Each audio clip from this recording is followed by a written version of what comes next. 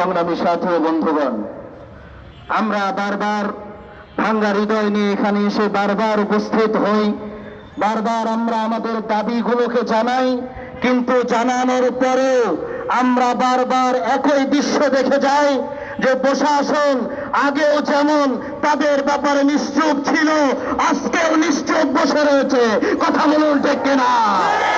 আমরা বারবার রক্ত দিয়েছি, রক্ত দিয়ে দিয়ে ইসলাম নামক বৃক্ষকে আমরা পৃথিবীর বুকে দাঁড় করিয়ে রাখার এক চেষ্টা চালিয়ে গেছি, কিন্তু এই রক্তের প্রতিদান, এই রক্তের যে বদলা পাওয়ার কথা ছিল, আমরা দুনিয়াতে চাই না, আখিরাতেই চাই, কিন্তু এর যে শাস্তি, এই শাস্তি আজও ওই রক্ত ঝরানো খুনিগুলো, সন্ত্রাসগুলো বাংলার বুকে তাদের বিচারের মাধ্যমে দেওয়া হয়নি।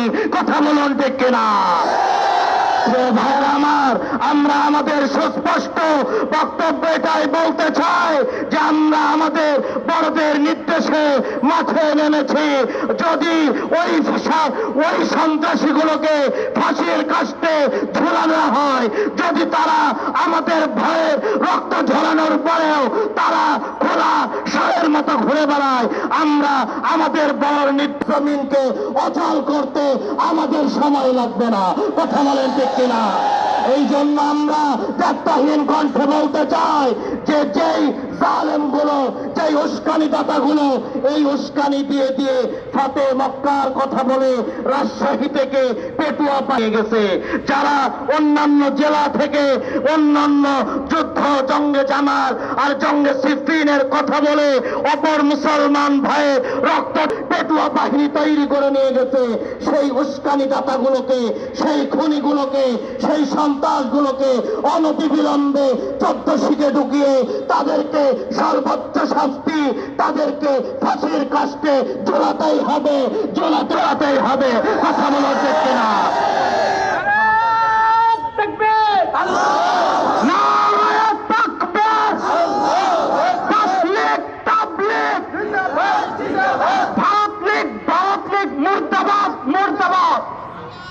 সম্মানিত সাথী ও বন্ধুগণ, এখন আমাদের সামনে সংক্ষিপ্ত বক্তব্য নিয়ে আসছে মাসুম বিল্লাহ, সমন্বয়ক রাবি।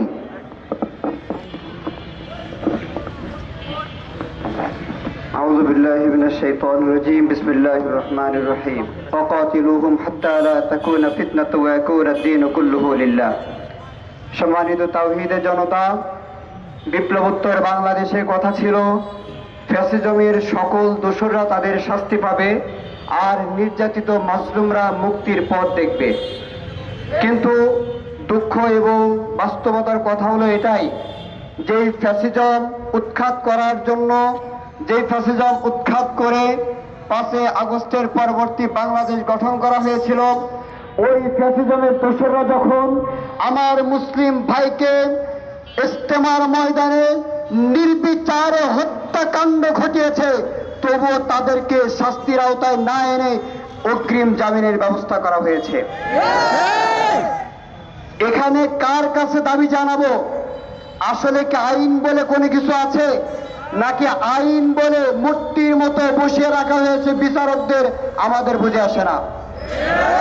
তাওহীদের জনতা যখনই মাঠে নেমেছে, দাবি আদায় করে মাঠ থেকে গিয়েছে।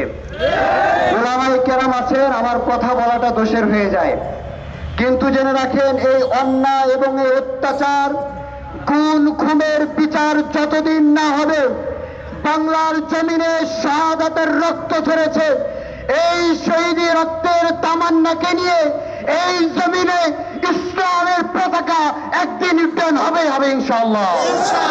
শুধু তাই নয়, আমাদের এই লড়াই, আমাদের এই কথা, আমাদের এই চলমান বক্তব্য ততদিন পর্যন্ত চলমান থাকবে যতদিন পর্যন্ত রবের জমিন থেকে ফিতনার সমস্ত শিকড় উপড়ে ফেলে আমরা তাওহীদের মুকাল্লিদকে, তাওহীদের অনুসারীদেরকে যতদিন না আমরা ইসলামের পতাকাকে উড্ডীন করতে পারবো, ততদিন পর্যন্ত আমাদের লড়াই সংগ্রাম চলবে ইনশাআল্লাহ। নাসরুম মিনাল্লাহি ওয়া ফাতহুন করিব ওয়া বাশশিরিল মুমিনিন। সমস্ত মাজলুমান তাদের অধিকার ফিরে পাক, আর সমস্ত সন্ত্রাস জালেম তাদেরও শাস্তি, নির্যাতন, সমস্তটুকু অপরাধ কায়েম হয়ে আল্লাহ রাব্বুল আলামিন তাদের দুনিয়ার বুকে হোক আর আমাদের সামনে হোক পরে হোক তাদের শাস্তির ব্যবস্থা করে বলে আমিন। আমার